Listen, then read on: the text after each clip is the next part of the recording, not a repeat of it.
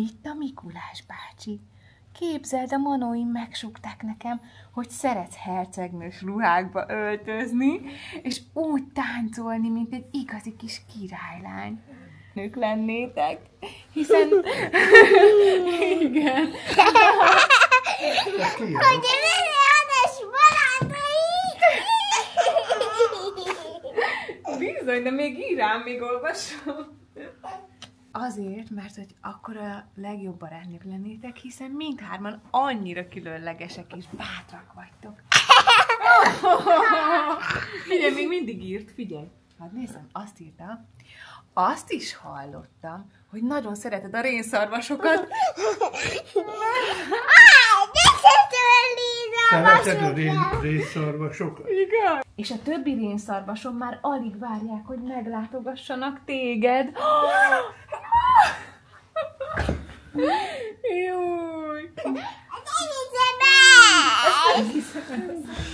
Ezt nem hiszed el, hogy neked írt ilyeneket? Azt mondja, figyelj, hiszen mindig örülnek, ha olyan gyerekekhez mehetnek, akik ennyire szeretik őket, mint ahogy te is. Úristen, írt neked a télapó!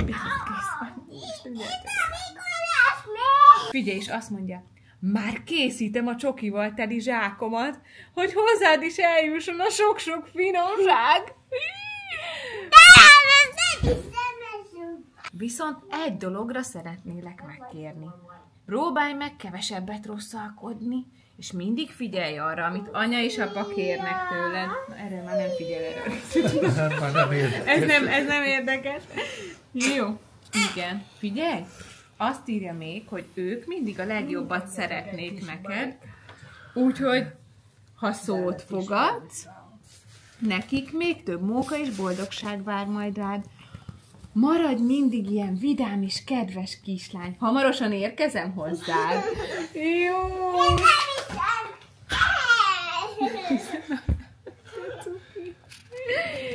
Valamit még írt, még azt írta, hogy Még mindig van valami.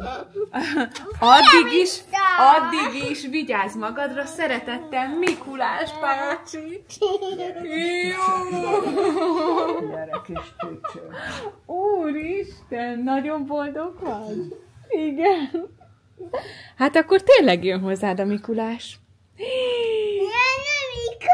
Hát jönni fog, azt mondta, hogy érkezni fog a sok finomsággal, úgyhogy akkor nagyon jó kislánynak kell lenned addig.